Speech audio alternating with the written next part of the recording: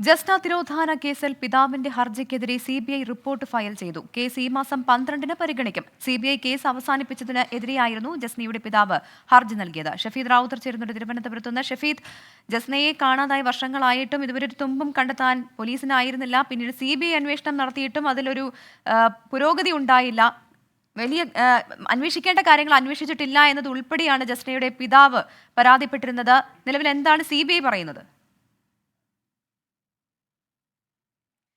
ജസ്ന തിരോധാന കേസിൽ പിതാവിന്റെ ഹർജിക്കെതിരെ CBI report സമർപ്പിച്ചിരിക്കുകയാണ്. Case ഈ മാസം 12-ന് പരിഗണിക്കും എന്നാണ് അറിയാൻ സാധിക്കുന്നത്. സിബിഐ കേസ് അവസാനിപ്പിച്ചതിന് എതിരെയായിരുന്നു ജസ്നയുടെ പിതാവ് ഹർജി നൽകിയത്. ഷഫീദ് റാവുത്തർ ചേരുന്നുണ്ട്. ഷഫീദ്, എന്തൊക്കെയാണ് സിബിഐയുടെ റിപ്പോർട്ടിൽ പറയുന്നത്?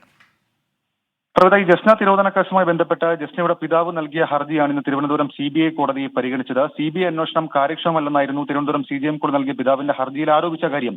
പിതാവിന്റെ ഹർജിയിൽ മറുപടി നൽകാൻ കഴിഞ്ഞ തവണ സിബിഐ സമയം തേടുകയായിരുന്നു. ഇതിന്റെ അടിസ്ഥാനത്തിലാണ് ഇന്ന് സിബിഐ അന്വേഷണ സംഘം ഇതുമായി ബന്ധപ്പെട്ട ഈ പിതാവിന്റെ ഹർജിക്കെതിരെ റിപ്പോർട്ട് ഫയൽ ചെയ്തിട്ടുള്ളത്. റിപ്പോർട്ട് പഠിച്ച ശേഷം വിശദമായ വാദം പറയാമെന്ന് ഹർജിക്കാരൻ കോടതിയെ അറിയിച്ചിട്ടുണ്ട്. കേസ് ഈ മാസം 12-ന് വീണ്ടും പരിഗണിക്കും. ഈ സിബിഐ കേസ് അവസാനിപ്പിച്ചപ്പോൾ കൃത്യമായ അന്വേഷണം ജസ്ന തിരോധാന കേസിൽ നടത്തിയിട്ടില്ല എന്നുള്ളതായിരുന്നു അച്ഛന്റെ പ്രധാന ആക്ഷേപം. പ്രത്യേകിച്ച് ജസ്നയെ അജ്ഞാത സുഹൃത്ത് ദുരുപയോഗം ചെയ്യാനുള്ള സാധ്യത ഉൾപ്പെടെയുള്ള കാര്യങ്ങൾ സിബിഐ അന്വേഷിച്ചിട്ടുണ്ടെന്നായിരുന്നു ഹർജിയിലെ കുറ്റപ്പെടുത്തൽ. പ്രവിധ. ശരി, ഷഫീദ് റാവുത്തറാണ് വിവരങ്ങൾ നൽകിയത്.